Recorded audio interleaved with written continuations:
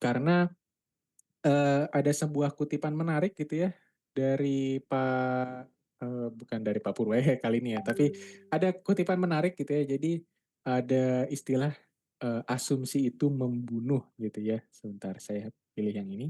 Asumsi itu membunuh gitu ya. Jadi kita nggak bisa nih sekarang pure hanya mengandalkan insting gitu ya. Terlepas mungkin stakeholder lain kita memakai hal di luar itu, tapi kita fokusnya nggak bisa nih kalau hanya menggunakan insting aja gitu ya, karena ada ucapan terkenal asumsi itu membunuh gitu. Maka dari itu di era sekarang sebenarnya kita masuk ke era yang disebut sebagai data driven decision making ya. Jadi menurut IBM ya sekarang itu kita sudah ada di data driven decision making era, di mana data driven itu maksudnya adalah sebuah pendekatan di mana keputusan itu diambil harus ada datanya, harus ada bukti empirisnya gitu ya. Nggak bisa hanya sekedar intuisi aja gitu ya. Intuisi penting, tapi harus ada data yang mendukungnya, yang nge-backup dari belakang. Begitu. Nah ini sangat penting ya, karena inilah akan jadi basis kita di sepanjang sesi ini. Gitu. Nah, barangkali Bapak Ibu ada yang pengen on mic gitu ya. Saya pengen denger nih suara Bapak Ibu. Menurut Bapak Ibu apakah sudah ada yang kenal atau mungkin pernah tahu apa sih yang dimaksud dengan data science? Coba nih, bisa langsung on mic gitu ya. Nggak perlu khawatir salah ya, di sini kita sama-sama belajar, jadi mungkin bisa dibilang asal bunyi aja nggak apa-apa gitu ya. Sepengetahuan, sekeyakinan saya aja gitu ya. Coba, ada mungkin yang pernah dengar gitu ya, apa itu data science? Nih banyak nih yang nulis di chatbox. Kayaknya jawabannya sebenarnya sudah bisa nih ya. Bapak Ibu menjawab ya. Silahkan. Coba. Atau di via chatbox juga nggak apa-apa ya. Mungkin on mic belum bisa. Apa sih yang dimaksud data science? Apakah ini adalah cabang ilmu pengetahuan baru gitu ya? Apakah ini setara dengan ilmu pengetahuan alam gitu ya? Mungkin di sekolah dulu belajar IPA. Coba nih, apakah ini saingannya IPA IPS gitu ya? Nah, ini dari Mas Jeff ya, ilmu yang menggabungkan matematika, statistik, ilmu pengetahuan, ilmu komputer, sorry ya, ilmu komputer dan pengetahuan bisnis. Nah, ini betul banget ya dari Mas Jeff ya, Bapak Ibu ya. Jadi, apa sih data science itu? Jadi kurang lebih sama seperti yang Mas Jeff bilang ya. Jadi ini adalah sebuah disiplin ilmu baru, Bapak Ibu. Jadi ilmu ini adalah ilmu bagaimana cara kita bisa memanfaatkan teknik matematika dan mungkin algoritma komputer juga gitu ya untuk memecahkan masalah bisnis gitu ya. Bagaimana kita bisa memanfaatkan kumpulan data ya, kumpulan data yang berantakan gitu ya, mentah menjadi suatu wawasan, menjadi suatu insight gitu ya. Mungkin Bapak Ibu tenang, jangan khawatir ya. Ini begitu saya bold matematika di sini bukan maksudnya kayak wah ini berarti harus matematika yang aljabar, yang mungkin statistik level tinggi gitu ya. Tidak, ya di sini kita sebenarnya menggunakan teknik matematika dan algoritma yang sebenarnya sederhana gitu ya. Tidak harus belajar data science ini tidak harus jago matematika, itu yang saya ingin coba bilang gitu ya. Saya di sini juga kalkulusnya dulu kuliah B ya, jadi nggak jago-jago amat gitu, tapi kita bisa nih ya memanfaatkan matematika ya, pengetahuan kita dan algoritma komputer sehingga bisa mengubah data mentah menjadi sebuah insight gitu. Nah, ngomong-ngomong soal data juga nih ya Bapak Ibu, barangkali ada yang tahu ya perbedaan antara data dan informasi. Nah, sebenarnya lebih luas lagi gitu ya. Ini ada piramidanya Bapak Ibu ya. Jadi menurut former CEO of HP ya, ini ada Carly Fiorina ya. Jadi tujuan kita di era data driven decision making ini adalah bagaimana kita bisa mengubah data menjadi informasi, kemudian informasi menjadi insight gitu ya. Jadi, sorry, jadi data itu kita tahu ya data itu masih mentah, ya. Maka dari itu biasanya kita ngomongnya apa? Kita coba apa informasi yang bisa kamu raih dari data ini, gitu ya. Tapi informasi aja belum cukup, gitu ya. Jadi informasi itu hanya menjawab apanya, gitu ya. Ini ada data, informasi itu adalah apanya, gitu ya. Ini data apa, gitu ya. Dapatlah informasi, gitu. Nah, dari informasi ini juga sebenarnya masih mentah, gitu ya. Ya, kita dapat laporan cuaca misalnya gitu ya. Sekarang 33 derajat Celcius. Lalu apa, gitu ya. Lalu bagaimana? Terus kita harus ngapain, gitu ya. Nah, inilah kita bisa mendapatkan knowledge gitu ya, pengetahuan dari informasi ini gitu. Oh, oke, dari data berarti, misal gitu ya, katakanlah 1 minggu ini, datanya, cuaca itu ada di 23 derajat Celcius gitu ya. Lalu apa, apa yang bisa kita peroleh gitu ya, apa pengetahuan yang bisa kita peroleh dari itu gitu ya. Oh, mungkin kalau 23 derajat Celcius berarti artinya kemungkinan besok juga 23 derajat Celcius gitu, misal gitu ya, ini pengetahuan gitu. Nah, dari pengetahuan itu kita bisa leverage lagi menjadi insight gitu ya, menjadi wisdom gitu. Oh, berarti katakanlah sekarang 23 derajat Celcius gitu ya, misal sekarang lagi musim hujan gitu ya, berarti wisdom atau insight yang bisa kita peroleh adalah, oh kayaknya besok hujan deh, oh kayaknya besok pas deh kalau misalnya kita jualan payung atau jualan jas hujan gitu ya, kurang lebih seperti itu ya. Ide dari mengubah data ini menjadi wisdom gitu ya, menjadi, mmm, wisdom itu, menjadi insight gitu ya. Nah ini, adalah, piramida dari, pengolahan data itu sendiri, Bapak Ibu. Nah, maka dari itu, ya sekarang ini Wah, udah. data science ini adalah ilmu yang kepake banget gitu ya. Dan data science ini, oh Mas, ini ilmu data science berarti kita belajar ilmu ini untuk jadi data scientist ya? Oh, tentu tidak ya. Jadi sebenarnya menurut saya, menurut keyakinan saya ya, jadi data science ini sebenarnya adalah ilmu yang harus dimiliki oleh semua orang di saat ini gitu. Kenapa? Karena satu, kita lihat sendiri ya, data itu data mentah. Sekarang kita setiap hari dapat data gitu ya. Setiap hari kita dapat pesan WhatsApp, pesan berita gitu ya. Kita baca data. Tapi apakah kita dapat insight dari itu kan belum tentu ya. Nah, maka dari itu setiap orang harus belajar data science karena kita hidup di era yang serba digitalisasi. Serba digitalisasi artinya semuanya serba data.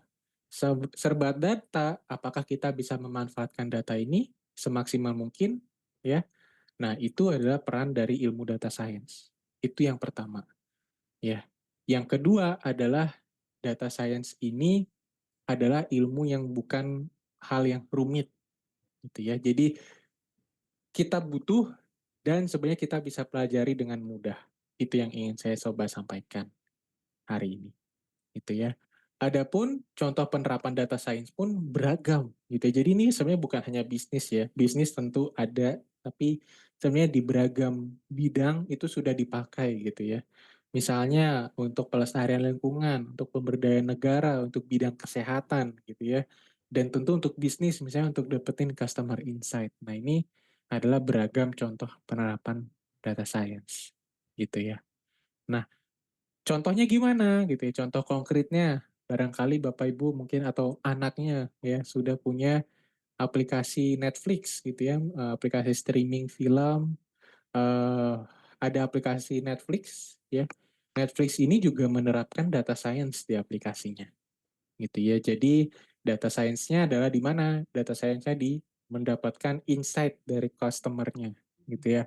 Kalau dalam contoh Netflix, si customer ini diberikan, insight-nya gitu ya, analisisnya ini orang suka film genre apa, apakah dia suka film komedi, film horor, mungkin dia suka film drama Korea atau drama drama Cina atau drama western gitu ya. Nah ini semua dilakukan oleh Netflix gitu ya. Bahkan mungkin, fun fact aja ini ya Bapak Ibu ya. Jadi Netflix itu penerapan data science-nya bahkan sampai ke level, rekomendasi film yang ditawarkan di baris sini nih. Kelihatan nggak ya kursor saya ya? Jadi Bapak Ibu kalau mungkin ada Netflix gitu ya, film-filmnya itu kan ditampilkan dalam baris gitu ya, dalam row ya.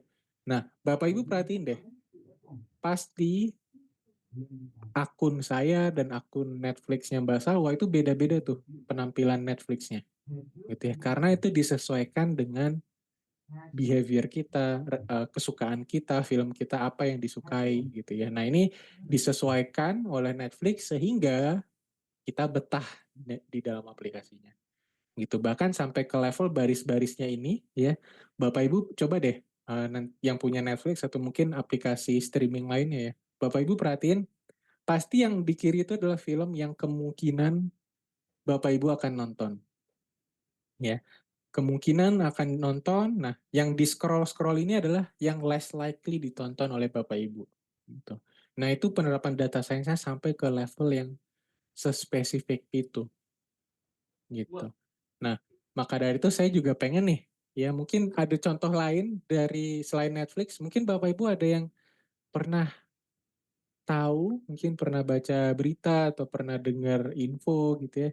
Bapak Ibu tahu contoh penerapan data science yang ada di sekitarnya? Coba mungkin bisa raise hand atau bisa tulis di chat box gitu ya. Apa tuh? Coba. Nah, dari Mas Andika, YouTube, bener banget ya, YouTube rekomendasi videonya setiap saya buka YouTube tuh, selalu aja video pertama tuh yang tampil yang saya lagi seneng gitu ya.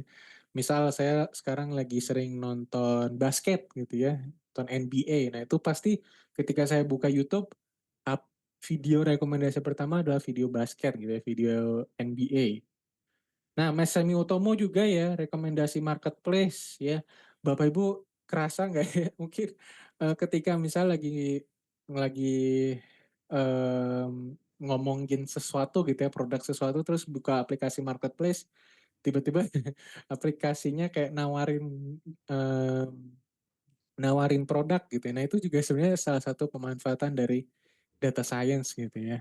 Facebook ya, sama sosial media yang beragam itu juga melakukan data science, semua melakukan eh, bagaimana sebisa mungkin konten yang ditampilkan di aplikasinya gitu ya, adalah sepersonal mungkin ya, sebetah mungkin membuat kita ada di dalam aplikasinya. Spotify gitu ya, wah apalagi Spotify ya, Bapak Ibu mungkin yang suka musik pasti ngerasa gitu ya ada playlist rekomendasi. Data science ini bukan ilmu yang teori gitu ya, ini memang real, ini ya, dunia nyatanya seperti itu. Begitu. Oke, saya lanjut lagi nih. Nah, lalu bagaimana gitu ya sebuah proses data science ini dilakukan gitu ya. Nah, saya akan kasih sneak peek gitu ya, secara sederhananya apa sih alur kerja dari seorang data scientist gitu ya, atau mungkin proses data science ya. Sekali lagi, data science ini tidak harus ilmunya dipelajari oleh orang yang pengen jadi data scientist gitu ya. Bapak Ibu semua ya, mungkin di sini teman-teman ada yang mahasiswa, ada yang mungkin sudah bekerja, semua ada yang dari mungkin pelaku UMKM, entrepreneur gitu ya. Semua dari kita kan pasti di saat ini ya butuh namanya insight gitu ya. Maka dari itu ini cocok banget ya untuk kita ketahui bagaimana sih alur kerja dari data science itu ya. Jadi secara sederhana alur data science itu dibagi ke 6 ya. Yang pertama adalah merumuskan masalahnya dulu ya. Oke, kita mau mengubah data menjadi sebuah insight gitu ya. Tapi insight apa yang ingin kita cari gitu ya? Masalah apa yang ingin kita dapetin insight-nya? Nah, itu adalah hal pertama yang kita lakukan. Kedua, mengumpulkan data terkait gitu ya. Oke, kita mau memecahkan masalah, misal gitu ya, memecahkan masalah mengenai memprediksi kemungkinan seseorang diabetes gitu ya. Maka dari itu agar AI kita atau machine learning kita bisa belajar gitu ya dari bisa belajar sehingga bisa menghasilkan insight, maka butuh datanya dulu terlebih dahulu gitu. Kemudian ada juga nanti mempersiapkan data ya, sorry, ada mempersiapkan data, kemudian ada mengeksplorasi data, melatih model, menghasilkan insight. Tenang, kita akan bahas ini satu persatu, gitu ya. Kita mulai dari yang pertama dulu. Yang pertama adalah merumuskan masalah, gitu ya. Mulai dengan pertanyaan yang tepat dulu. Ini kita mau solve apa sih? Siapa yang butuhin jawaban ini? Masalah bisnisnya apa? Gitu ya. Bagaimana kita tahu jawaban kita sudah benar? Gitu ya. Apa metrik sukses? Nah, ini pertanyaan-pertanyaan yang harus dijawab ketika kita mau memulai proses data science, gitu ya. Misal, contohnya kita ingin mengetahui atau memprediksi kemungkinan seseorang punya penyakit diabetes, gitu ya. Nah, misal contoh masalahnya adalah pasien mana yang memiliki resiko tinggi terkena diabetes berdasarkan data klinis mereka, gitu. Nah, ini contoh spesifik dari merumuskan masalah. Yang kedua adalah mengumpulkan data, gitu ya. Kalau kita mau mengubah data menjadi insight, maka kita harus kumpulin dulu datanya ini, gitu ya. Setelah masalah jelas, cari data yang relevan yang bisa mendukung masalah tersebut, gitu ya. Sumber datanya ada banyak ya. Misal ini di sini kalau teman-teman yang mungkin latar belakangnya IT gitu ya, mungkin ada database, ada eh, mungkin kalau file yang umum misalnya CSV gitu ya, Excel, JSON ini ya. Bisa ngambil dari API, web scraping, ataupun dataset publik gitu ya. Ini adalah proses dari mengumpulkan data gitu. Kemudian setelah mengumpulkan data, kita harus mempersiapkan data gitu ya. Nah, fun fact saja, tahap mempersiapkan data ini adalah tahap yang paling banyak memakan waktu di proses data science gitu ya. Jadi proses data science itu banyaknya adalah membersihkan waktu. Banyaknya waktu yang dipakai adalah untuk mempersiapkan data itu sendiri. Gitu. Jadi mempersiapkan data itu maksudnya gimana gitu ya? Bukannya datanya udah ada gitu ya. Betul, datanya udah ada, tapi sayangnya realitanya adalah data yang kita kumpulkan itu tidak semua atau tidak selalu bisa langsung kita kasih ke model machine learning kita. Tidak bisa langsung kita kasih ke AI kita, gitu ya. Tidak bisa, nih AI, saya punya data, coba kamu analisis, dapetin insight-nya. Nah, sayangnya tidak bisa begitu, gitu ya. Jadi, ketika kita melakukan proses data science, kita perlu ada tahap mempersiapkan data. Mempersiapkan datanya pun dibagi gitu ya. Jadi ada proses gathering gitu ya, mengumpulkan, menggabungkan data gitu ya. Alhamdulillah. Katakanlah data kita ada Udah dapat beragam, bungkusan kita kabur deh. kumpulkan jadi satu, kemudian Ada kita tidak? assess, Oh, kita nilai kualitas datanya, kita lihat struktur tidak datanya. ada. Kualitas itu maksudnya adalah ini data banyak yang duplikat nggak ya, banyak yang kosong nggak ya, banyak yang tidak konsisten nggak ya, gitu. Misal di Ajib. sini ya, contohnya ada dari data satu nulis domisili itu Jakarta, tapi di data 2 nulisnya JKT gitu ya, disingkat. Nah, ini hal-hal yang perlu kita nilai dulu. Kita lihat ini kualitas datanya udah oke atau belum gitu ya. Kemudian ada Mulai struktur delapan. datanya, katakanlah misal kalau kita ngomongin diabetes gitu ya, diabetes itu ada data yang namanya spektrum darahnya kita gitu ya. Jadi ada glukosa, ada saya lupa satunya lagi protein rendah, protein tinggi, mungkin koreksi kalau salah ya. Nah itu datanya sudah sesuai atau belum gitu ya. Mungkin di data satu ada nilai BMI-nya, di data 2 tidak ada nilai BMI-nya. Nah ini harus kita assess dulu, kita harus nilai, kita harus lihat dulu datanya. Kemudian barulah ketiga kita bersihkan datanya gitu ya. Misal kita ketemu data yang duplikat, maka kita harus hapus salah satunya gitu ya. Waduh, ada di Ada nilai yang jam. kosong gitu ya, mungkin kita harus hapus, mungkin Ada kita mati di bisa bawah biasa istirahat dulu biasa. dalam tanda kutip ya, kita bisa mungkin olah dulu gitu ya sehingga tidak kosong. Nah ini sebenarnya ada tekniknya, tapi uh, kurang lebih intinya adalah kita harus membersihkan data tersebut sehingga data tersebut bersih dan siap untuk diberikan ke AI kita gitu. Karena pada dasarnya dalam AI mau apapun itu AI-nya ya, semua pasti butuh data dan datanya kalau datanya sampah maka hasilnya juga Iya, sampah iya. gitu ya. Jadi garbage in, garbage out. Itu istilah yang sering kita pakai. Gitu. Kemudian katakanlah sudah selesai nih ya, datanya sudah dibersihkan gitu. Kemudian tahap keempat adalah mengeksplorasi datanya. Gitu ya. Jadi mengeksplorasi data itu kita suka bilangnya IDA, IDA gitu ya, mungkin bahasa spelling bahasa Inggrisnya. Jadi namanya itu Ya exploratory kan? data analysis. Gitu ya. Jadi ini kita punya data mentah gitu ya, tapi sekali lagi data ini hanyalah kumpulan angka gitu ya, hanya kumpulan nilai gitu ya. Yoi. Nah, kita perlu Ingat, melihat Pak?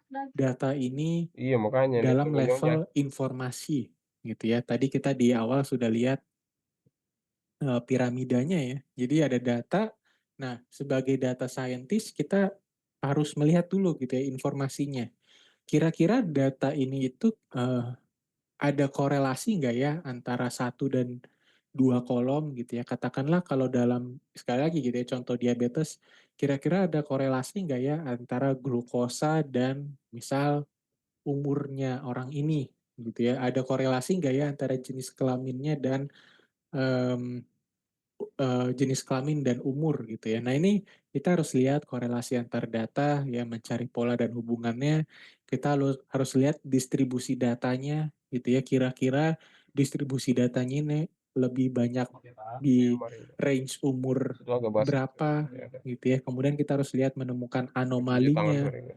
Anomali itu katakanlah misal dalam satu ruangan gitu ya, misal ada 10 siswa, 9-nya dapat nilai 10, satunya dapat nilai 1 gitu ya. Nah, ini kan kalau di rata-rata pasti nilai rata-ratanya turun gitu ya, berantakan gitu ya. Tapi katakanlah mungkin berapa? Misal 9 anak dapat nilai 10 gitu ya. Sementara ada satu anak yang nilainya 1 gitu ya. Mungkin katakanlah nilai rata-ratanya 5 gitu ya. Saya mungkin nanti bisa kita hitung bareng ya. Tapi katakanlah nilai rata-ratanya 5 gitu. Nah, apakah nilai rata-rata 5 ini menjawab gitu ya, bisa merepresentasikan nilai dari anak-anak yang ada di kelas tersebut? Tentu tidak gitu ya, karena ini ada satu outlier ya, ada satu satu nilai yang membuat nilai lainnya jadi rusak gitu ya dalam tanda kutip. Nah, maka dari itu ketika kita menemukan anomali ini harus kita bersihkan gitu ya. Kita harus hapus nilai ini sehingga tidak mengganggu nilai rata-rata yang keseluruhannya gitu. Kemudian ada juga membuat visualisasi gitu ya. Visualisasi ini tujuannya adalah agar kita bisa melihat pola dan hubungan antar data ini dengan lebih baik lagi gitu ya. Tentu kalau kita lihat Excel doang mungkin bisa gitu ya mencari insight, tapi kalau divisualisasikan pasti lebih mudah gitu. Nah, ini adalah tahap keempat, exploratory data analysis yang namanya. Kemudian setelah itu adalah baru kita melatih atau membuat model machine learning kita gitu. Nah, di sini ya, untuk membuat model machine learning ini barulah kita Makasih ya, Pak, ya. menggunakan algoritma-algoritma Bangsat. yang ada, gitu ya. Di sini Bapak Ibu, ketika saya ngomongin algoritma itu bukan berarti kita harus membuat algoritma sendiri gitu ya, bukan. Melainkan sebenarnya sudah banyak ya, sudah ada algoritma-algoritma yang dibuat oleh orang yang lebih ahli lagi gitu ya, untuk menyelesaikan beberapa Iya sih. masalah use case Oh iya, bisnis boleh, boleh. kita, Oke, gitu. thank you, Contoh, Pak. misal kalau kita ingin memprediksi angka gitu ya, memprediksi harga rumah, misal kita bisa pakai algoritma namanya regresi. Kalau kita ingin mengklasifikasikan gitu ya, apakah pasien ini beresiko diabetes atau tidak gitu. Nah, ini bisa pakai metode yang namanya klasifikasi gitu. Nah, di sini kita akan menggunakan algoritma-algoritma tersebut untuk melatih model kita. Prosesnya gimana? Prosesnya adalah nanti kita akan berkenalan gitu ya dengan namanya istilahnya membagi data Klasifikasi, gitu ya klasifikasi. antara data training dan data Big test, data, big kemudian data. memilih algoritmanya gitu ya. Kita pilih mana nih algoritma yang lebih pas untuk masalah kita. Kemudian kita melatih model, kemudian kita evaluasi gitu ya. Ini model sudah oke atau belum. Begitu. Nah, setelah itu barulah kita menghasilkan insight gitu ya. Modelnya udah jadi nih gitu ya, model machine learning kita. Lalu apa? ya. Nah, di sini kita menghasilkan insight menggunakan model tersebut, kita evaluasi gitu ya. Seberapa bagus performa model kita gitu ya, akurat nggak nih, banyak errornya nggak gitu ya. Terus interpretasinya, oke kita berhasil menemukan bahwa eh, untuk Ya, katakanlah waduh. ya, katakanlah kita berhasil menemukan bahwa kalau ada orang Nyala yang perlu bukti. ada orang dengan Oke. jenis kelamin laki-laki, kemudian umurnya sekian, BMI-nya sekian, gitu ya, terus nilai Oh, oh glukosa iya dalam sih. darahnya Umur dua, sekian, maka dia delapan. kemungkinan Oke. besar Dan berpotensi untuk terkena diabetes, gitu, mati. misal. Nah, itu interpretasinya. Kemudian kita harus komunikasikan juga gitu ya ke stakeholder, gitu, ke orang terkait. Nah, itu adalah proses sehari-hari dari data scientist gitu. Tentu ini bukan proses yang satu hari selesai gitu ya. Ini prosesnya lama, seperti yang tadi saya bilang bahwa 80% waktu itu sebenarnya dihabiskan untuk ini, untuk mempersiapkan data begitu. Nah, itu kurang lebih em, dari alur data science-nya gitu ya. Sekali lagi Bapak Ibu kalau mungkin ada pertanyaan bisa ditanyakan di chat box atau bisa juga Mbak Salo udah mengirimkan ya link Slido bisa tulis di situ juga atau on mic juga sebenarnya bisa juga ya Bapak Ibu. Begitu teorinya kurang lebih seperti itu gitu ya. Nah, sambil nunggu barangkali mungkin Bapak Ibu ada pertanyaan bisa langsung gitu ya. Tapi sambil nunggu kita akan langsung live demo gitu ya. Kita akan praktik studi kasus penerapan data science. Ya. Nah, oke, ada pertanyaan dari Mas Fadil nih ya. Kita coba jawab-jawab dulu ya. Lagi ngudut. Dari Mas Fadil, Jangan apakah lupa. model AI sekarang udah efektif untuk diintegrasikan Siap. dalam case apa nih, Mas Fadil? Kalau dalam case industri tentu ya sudah banyak juga yang menggunakan AI ini di level enterprise gitu ya, perusahaan-perusahaan besar. Kalau di level personal pun saya secara pribadi udah make gitu ya, udah sering make ini gitu ya, baik yang menggunakan model dari para misalnya dari ChatGPT gitu ya, dari OpenAI, dari Microsoft Copilot gitu ya. Nah itu sudah sering pakai. Adapun model-model open source juga saya sering pakai gitu ya, dan kualitasnya sudah oke gitu ya, sudah sangat baik gitu sih. Jadi di era ini saya bisa bilang AI sudah efektif gitu ya untuk diintegrasikan gitu. Jadi kalau mungkin kita ngomong 5-10 tahun lalu, kalau dulu sebenarnya AI sudah ada ya, cuman masih level eksperimen, masih level science gitu ya, masih level mungkin akademis. Tapi sekarang sudah level yang bisa dipakai oleh masyarakat luas gitu, Mas Fadil. Oke, semoga menjawab. Kalau ada follow up question bisa langsung ditulis saja ya. Oke, kita lanjut dulu ke live demonya nih ya, studi kasus. Oh, ada pertanyaan lagi dari Mas Mufi. Apakah semua data bisa dijadikan sumber data untuk semua model science? Data yang bukan numerik atau data image? Nah, ini pertanyaan yang bagus ya. Pertanyaan bagus dari Mas Mufi ya. Jadi jawabannya perlu kita ketahui bahwa sebenarnya AI atau mungkin komputer sebenarnya hanya mengerti bilangan ya, bilangan biner untuk lebih tepatnya.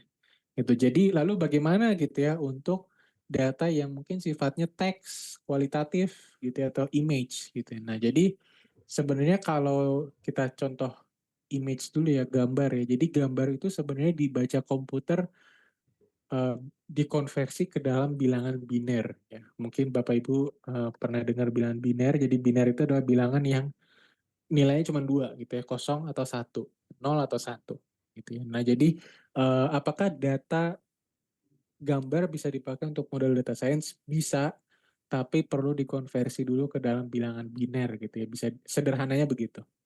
Gitu. Kalau misalnya data teks, datanya itu sebenarnya bisa dikonversi dulu sekali lagi ke bilangan biner gitu ya. Katakanlah misal kita ngomongin ada juga metode mungkin yang sederhana ya. Misal teksnya adalah ya atau tidak gitu ya. Nah, ya atau tidak ini dikonversi menjadi angka 0 atau 1 gitu ya. 0 untuk tidak, ya untuk 1 gitu. Kalau misalnya nilainya lebih dari 2 gitu ya, dikonversi juga ke bilangan biner gitu ya. Misal untuk nilai A kita konversikan menjadi 000, kalau B 001, kalau C 010, misal gitu. Sederhananya tapi di balik layarnya, di balik layar dari gadget atau komputer kita yang canggih ini adalah semua dikonversi ke bilangan biner gitu. Semoga menjawab ya Mas Mufia. Dari Mas Rokan, apakah bisa menjadi AI engineer dan data scientist bersamaan? Saya lihat materi dasarnya sebenarnya sama. Betul, ya. Sebenarnya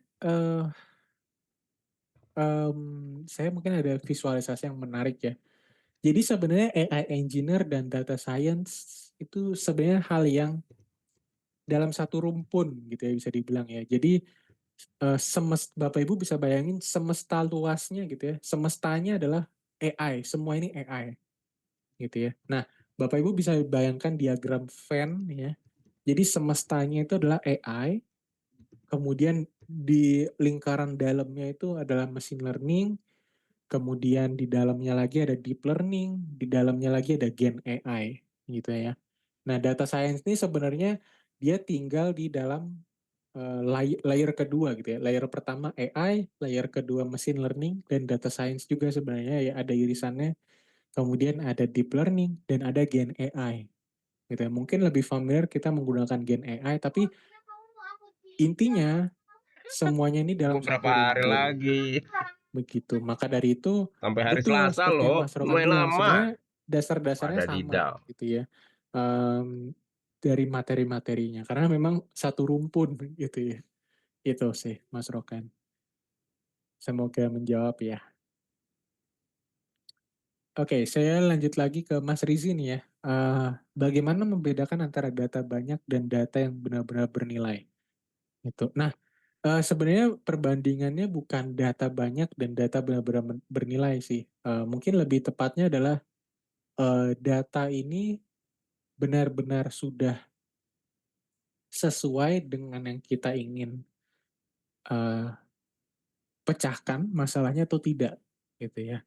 Jadi dalam data science sebenarnya data yang banyak tentu lebih bagus, gitu ya. Tapi um, data yang banyak ini juga perlu di-assess ya tadi ya kita lihat ya. Perlu di-assess dulu ini datanya berkualitas atau tidak.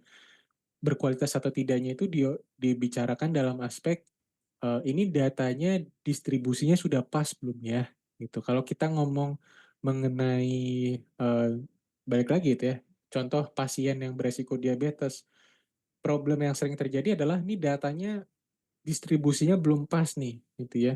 Dalam arti untuk data pasien beresiko diabetes yang umur remaja sama yang menengah sama yang tua biasanya tidak tidak tidak terdistribusi secara rata gitu. Katakanlah datanya ada 1 juta gitu ya, tapi datanya mungkin 70%-nya hanya data untuk pasien yang berumur udah tua gitu ya, udah lansia. Tapi untuk data yang mungkin yang remaja gitu ya, datanya masih sedikit, mungkin masih 5% gitu. Nah, mungkin kalau saya bisa lebih teknis lagi ya, itu nanti akan ada masalah kalau datanya distribusinya tidak tidak setara. Dan maka dari itu nanti mungkin lebih lanjut lagi ada teknik undersampling, oversampling, sehingga distribusi datanya bisa merata.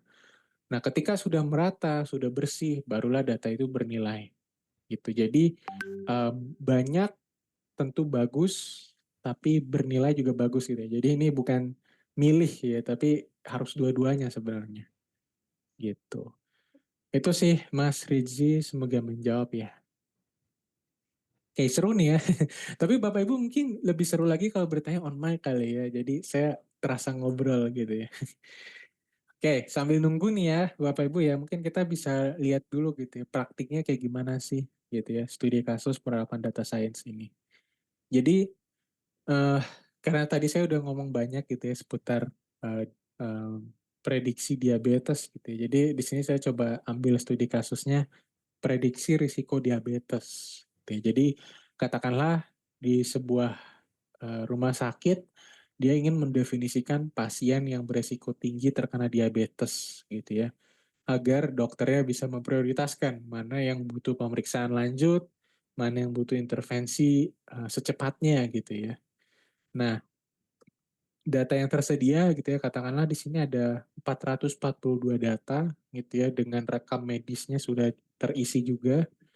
Di sini ada fitur ya, atau mungkin kita familiarnya kolom ya. Jadi kalau kolom di Excel, kolomnya itu ada kolom umur, kolom jenis kelamin, kolom BMI, tekanan darah, dan 6 pengukuran serum darahnya gitu ya. Jadi ini yang saya omongin, tadi ya, jadi darah itu ya ini kalau kita ke dunia medisnya ya, jadi serum darah itu kan ada 6 ya terbagi ya. Saya lupa, eee, s istilah-istilahnya gitu ya, tapi ada salah satunya glukosa misal gitu ya.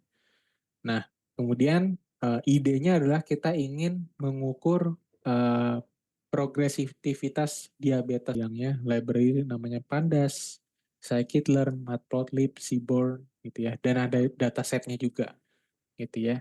Nah, di sini ini adalah hal-hal yang perlu Bapak Ibu siapkan gitu ya, untuk melakukan hands on ini gitu. Nah, Eee, untuk dataset dan library ini sebenarnya sudah ada ya, sudah saya sediakan di, bagian sini, Bitly ini ya. Tapi Bapak Ibu perlu nih di komputernya untuk menginstal yang namanya Jupyter Notebook dan Python gitu ya. Adapun sebenarnya mungkin Bapak Ibu bisa screenshot dulu gitu ya, nanti setelah ini bisa dicobain sendiri. Untuk menginstal Jupyter Notebook ini ada 3 cara gitu ya, ada Anaconda, ada menggunakan pip install dan ada juga memakai Jupyter Lab Desktop gitu ya. Ini ada 3 cara untuk menginstal Jupyter Notebook, begitu. Nah, mmm, ini mungkin prosesnya agak, banyak gitu ya karena perlu install, perlu setup dulu gitu ya. Tapi sebenarnya ada juga solusi alternatifnya, yaitu, ini disediakan juga ya oleh Microsoft. Jadi Microsoft tuh punya alat namanya Microsoft Fabric. Yang di mana Bapak Ibu bisa melakukan proses data science di dalam alat ini, Microsoft Fabric, gitu. Lalu bedanya apa dengan yang sebelumnya? Bedanya adalah di Microsoft Fabric Bapak Ibu nggak perlu install gitu ya. Jadi Bapak Ibu tinggal buka websitenya Microsoft Fabric, habis itu bisa langsung melakukan proses data science. Jadi nggak ribet gitu untuk install-install, setup-setup, dan segala macamnya. Begitu. Tapi untuk Microsoft Fabric ini sebenarnya, berbayar ya, namun Bapak Ibu sebenarnya bisa pakai akun trial gitu ya. Jadi Bapak Ibu yang punya, akun organisasi gitu ya, mungkin usahanya punya domain sendiri. Nah, Bapak Ibu bisa daftar ke Microsoft Fabric, kemudian pakai trial Microsoft Fabric ya, untuk mungkin barangkali mau coba-coba dulu, mau latihan tanpa ribet gitu ya, mungkin mau belajar data science tapi nggak pengen ribet dengan setup. Nah, Bapak Ibu bisa nih, pakai Microsoft Fabric ini yang bisa langsung dipakai tanpa perlu install-install alat-alatnya, begitu.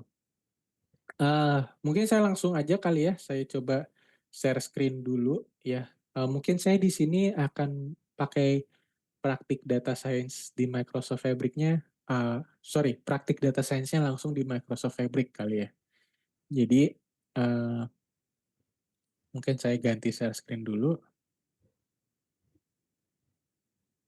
oke. Nah, di sini ya. Jadi, eee, oh, ada pertanyaan di chat box ya. Dari mungkin saya baca dari Mas Akil dulu ya. Apakah daftar Microsoft Fabric butuh credit card? Tidak, tidak perlu butuh credit card. Bapak Ibu bisa daftar aja seperti daftar akun pada umumnya gitu ya. Tapi untuk mendapatkan trial-nya harus pakai akun organisasinya gitu ya, akun domain bisnisnya mungkin gitu ya. Begitu. Saya coba lanjut dulu, nanti pertanyaan-pertanyaan lain kita coba bahas nanti ya. gitu. Nah, di sini, saya juga udah trial nih ya di sini ya, udah cobain trial. Nah, nanti Bapak Ibu kalau misalnya trial, Bapak Ibu kalau mau melakukan proses data science-nya tinggal klik new item ya, kemudian nanti pilih yang namanya notebook gitu ya. Mungkin Bapak Ibu bisa search di sini notebook gitu ya. Nah, di sini tinggal create ya, sorry, di sini, Bapak Ibu tinggal buka, tulis aja gitu ya di, search engine-nya Microsoft Fabric gitu ya. Nah, nanti Bapak Ibu langsung dialihkan ke website-nya, gitu. Nah, setelah itu nanti, tampilannya akan langsung seperti ini gitu ya, tapi untuk mempersingkat waktu mungkin saya langsung lihat aja codingan yang sudah saya, tadi attach ya link-nya ya, bit.ly-nya ya. Jadi codingannya akan dalam bentuk seperti ini Bapak Ibu.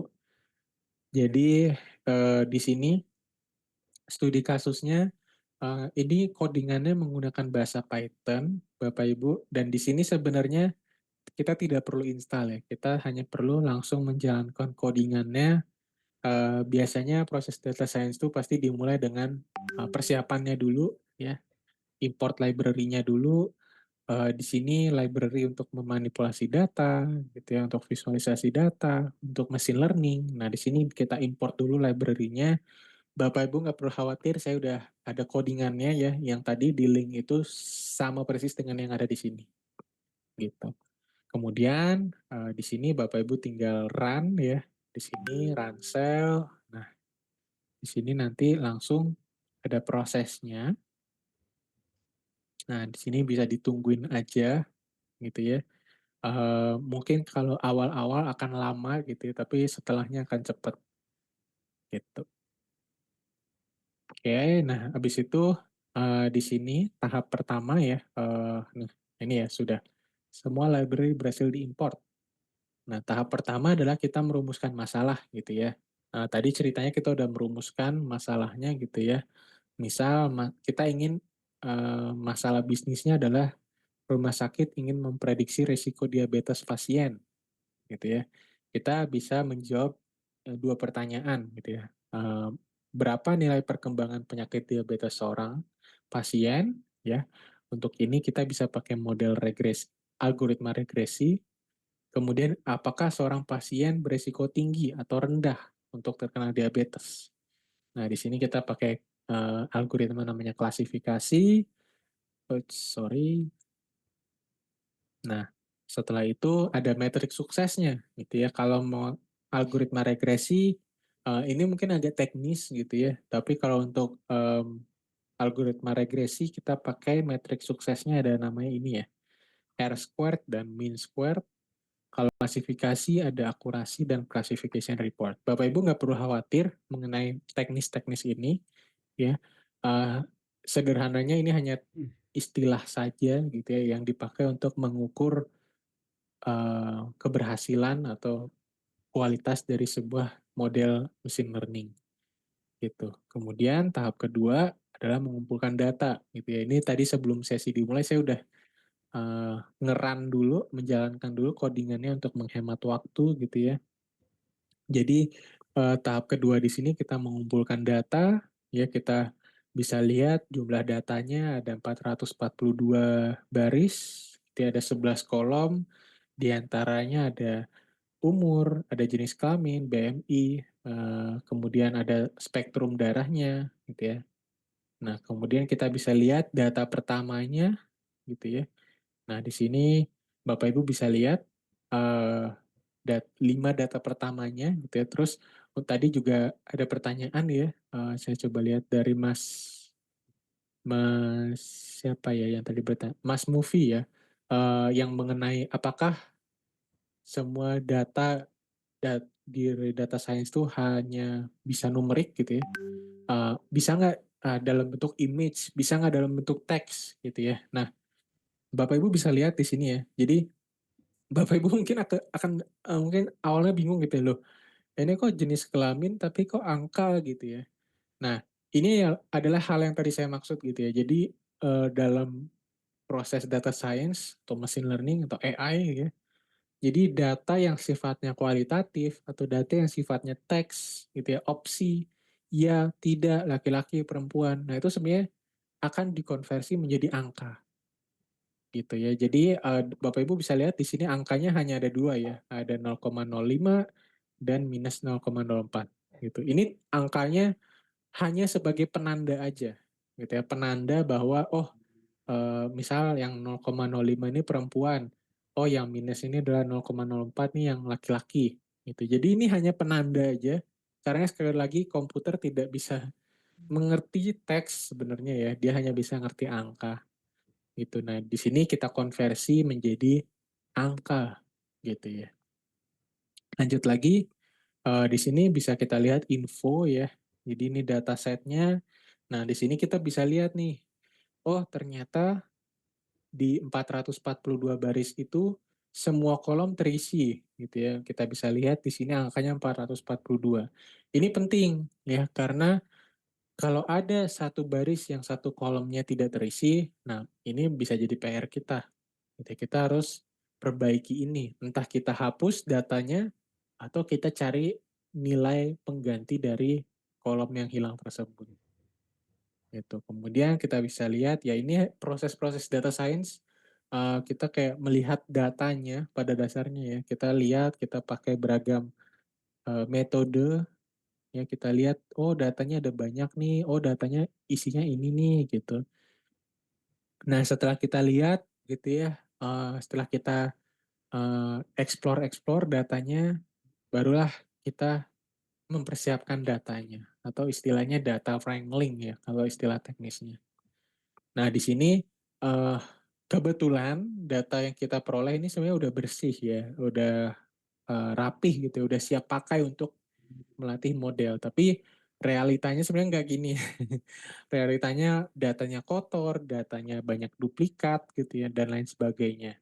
Maka dari itu biasanya kita masuk ke tahap ketiga, gitu ya, mempersiapkan data.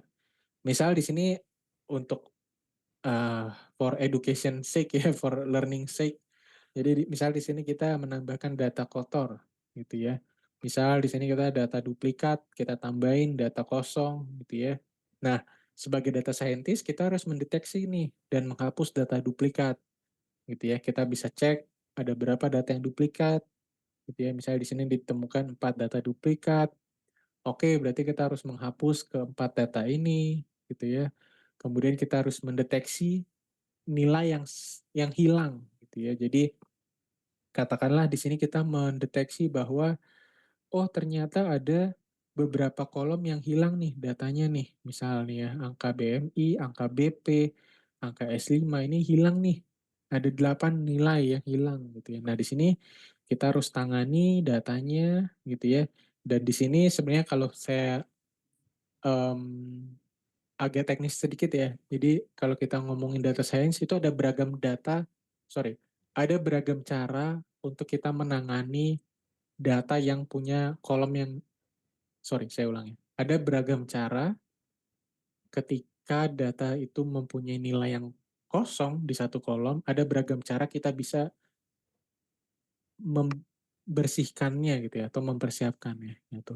Cara yang pertama yang paling gampang adalah tentu kita bisa menghapus data tersebut gitu ya. Tapi problemnya adalah kalau misalnya data ini susah kita cari, maka kehilangan satu data itu agak lumayan gitu ya, agak PR gitu ya.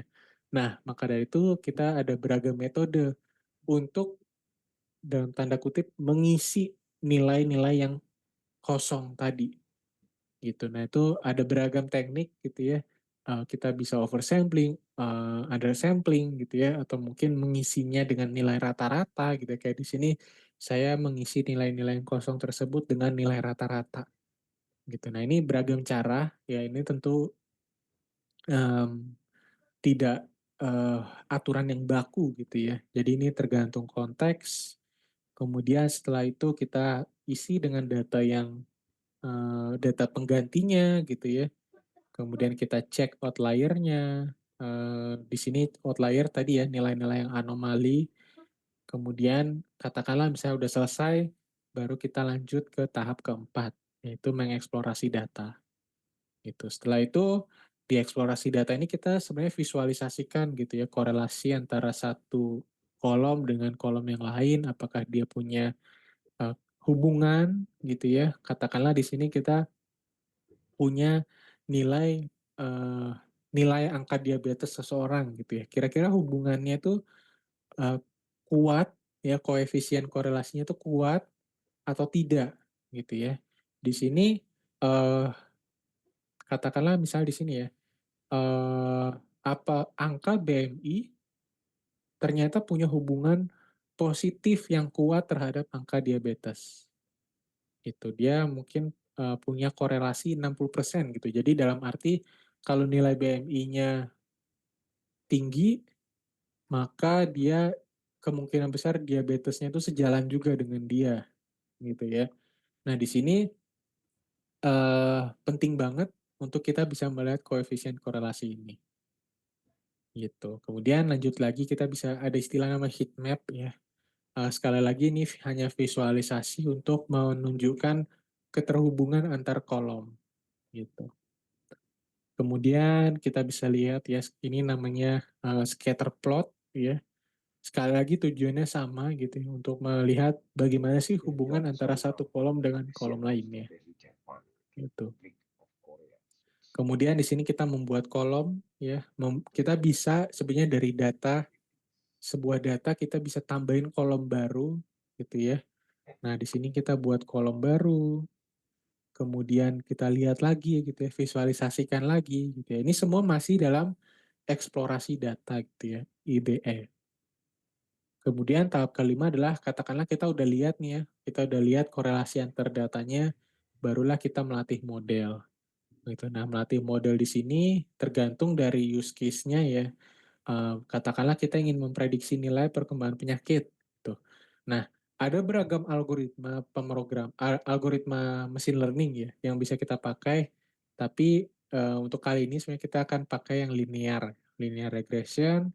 Kemudian untuk memprediksi resiko orang terkena diabetesnya itu tinggi atau rendah, kita bisa pakai algoritma logistic regression, gitu. Nah, di sini kita bisa lihat, untuk mempersiapkan data ya, jadi, kita dalam machine learning ada istilah, data, katakanlah data 100% gitu ya. Nah, 80%-nya harus dipakai untuk ada sorry, katakanlah ada data 100% gitu ya. Nah, data ini harus dibagi menjadi data nilai latihan dan data yang untuk diuji, gitu. Data latihan ini akan dipakai untuk melatih model AI-nya, dan data uji ini akan dipakai untuk menilai model yang telah dilatih menggunakan data latihan ini sudah oke atau belum gitu ya, sudah kualitasnya sudah baik atau kurang, gitu. Nah, di sini kita, bagi datanya, kemudian kita latih modelnya gitu ya. Kemudian tadi yang saya bilang, eee, ketika kita melatih model harus ada parameter suksesnya gitu ya. Nah, parameter suksesnya itu biasanya pakai, kriteria-kriteria ini ya. Kemudian, di sini nanti kita dapat angkanya gitu ya. Kalau R-squared error ini bisa dibilang, nilainya 0 jelek, 1 bagus gitu ya. Jadi, ketika kita dapat model kita punya nilai R-square-nya 0,46, itu artinya model kita bisa menjelaskan 46% variasi dalam data tersebut dengan benar, gitu. Nah, kalau logistic regression, ya dia prediksi kategori, dia, eee, parameter suksesnya adalah akurasi dan classification report, gitu. Maksudnya gimana gitu ya, jadi katakanlah setelah kita latih modelnya, ternyata model kita tuh punya akurasi 68%. Berarti, ya berarti mungkin 6 dari 10 kali percobaan dia benar gitu ya. Nah dari situ kita bisa menghasilkan insight ya. Nah di sini misal nih, kita menghasilkan insight, eee, saya coba zoom out dulu ya. Oke. Nah di sini Bapak Ibu bisa lihat yang di titik-titik ini ya, yang di titik-titik ini adalah data realnya dari pasien diabetes. Dan garis merah ini Cuman tadi nyariin tuh. adalah, bisa dibilang Hmm. model kita ya. Jadi, ini data realnya yang titik-titik, dan ketika data titik-titik ini, kita berikan ke model AI kita, dia membuat garis merah ini, gitu. Biar Maksudnya kelihatan gimana tidak sih? nyata ya. Maksudnya sederhananya adalah model yang bagus itu adalah model yang antar titik dan garis merah ini bisa sama gitu, bisa deket gitu. Nah, semakin dekat titik-titik ini ke garis merah, itu artinya semakin bagus prediksi model kita. Itu. Tapi bisa kita lihat sendiri di sini ya, bahwa ternyata model kita belum bagus-bagus banget dalam memprediksi uh, pasien yang beresiko diabetes gitu. Which is okay, nggak apa-apa. Karena ini sebenarnya hanya latihan aja ya. Tentu prosesnya tadi kita pakai 442 data, sebenarnya itu masih kurang gitu ya, masih butuh lebih lagi data, masih harus lebih banyak lagi data, mungkin algoritmanya masih harus pakai yang bagus lagi gitu. Tapi idenya adalah seperti itu ya. Idenya adalah kita pengen data kita sedekat mungkin dengan kita pengen garis merah ini sedekat mungkin dengan data real yang di sini ya, yang titik-titik ini. Gitu. Nah, ini distribusi errornya ya bisa dibilang di bagian sini ya, errornya yang terdistribusi di sekitar 0 ya. Kemudian kita bisa lihat visualisasi hasil klasifikasinya. Gitu. Ini pakai confusion matrix gitu ya. Cara bacanya saya sudah tulis juga di sini ya. Jadi cara membacanya adalah prediksi benar resiko rendah 30 pasien, prediksi benar resiko tinggi 31 pasien ya. Nah, yang lainnya itu adalah salah prediksi ya. Dia bilang pasien ini resiko rendah padahal sebenarnya resiko tinggi gitu ya. Ini 13 pasien dan dia bilang resiko tinggi padahal resiko rendah 15 pasien gitu. Tentu ini masih banyak banget salahnya gitu ya. Apalagi kalau sebenarnya dalam kasus kesehatan model AI kita akurasinya harus tinggi gitu ya. Nggak boleh salah karena ini yang menyangkut hidup orang gitu ya. Tapi untuk learning, ya, untuk pembelajaran, saya rasa ini udah oke gitu ya. Sudah merepresentasikan dari proses visual data science gitu. Nah, di sini nanti kalau kita mau pakai model mesin learning kita lebih lanjut ya kita bisa ekspor dan kita bisa pakai untuk di aplikasi kita atau di website kita gitu. Nah, ini insight terakhirnya ya. Nanti Bapak Ibu bisa baca lagi, bisa lihat lagi codingannya, tapi bisa dilihat bahwa model regresi kita sebenarnya bisa memprediksi tingkat perkembangan penyakit diabetes meskipun masih ada ruang untuk perbaikan ya. Yaitu model klasifikasinya juga mampu mengidentifikasi pasien yang beresiko tinggi maupun rendah, tapi masih banyak yang perlu diimprove. Gitu.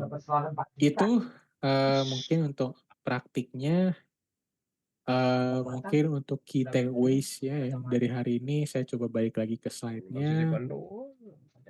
Nah, Nilai kacamatanya senilai Oke. pengobatan. Jadi Jadi untuk key cetek pengobatan takeaways-nya itu hari diambil ini, buat Bapak kacamata. Ibu, data science ini adalah proses yang end to Harapan end gitu. ya. Jadi ini benar-benar dari data ke insight gitu ya. Ini end to end dari awal sampai akhir. Kemudian Tidak pada lebih dari realitanya biaya sebenarnya pengobatan per bulan. 80% proses data science itu habis di bagian persiapan data dan proses EDA. Kemudian yang ketiga merumuskan masalah yang Sama tepat, aja uang pengobatan. Nah, pertanyaan yang tepat, jauh lebih penting dari algoritma begitu. machine learning itu sendiri. Yang keempat, kita bisa mulai berlatih. Kalau Bapak Ibu mau pakai Jupyter Nama doang Notebook teh. bisa, gitu ya, untuk tools-nya. Tapi kalau mau coba Microsoft Fabric, sehingga tidak perlu setup berlebih juga bisa, gitu ya. Dan untuk dataset, untuk data sebenarnya Bapak Ibu bisa pakai data sendiri tentu. Tapi kalau mau latihan, mau belajar data science juga bisa pakai dataset yang tersedia di internet yang bisa diunduh gitu ya langsung. Paling itu dari saya. Mungkin saya balikan dulu ke Mbak Salwa kali ya. Silakan Mbak Salwa. Oke, terima kasih banyak Mas Ian atas pemaparannya ya.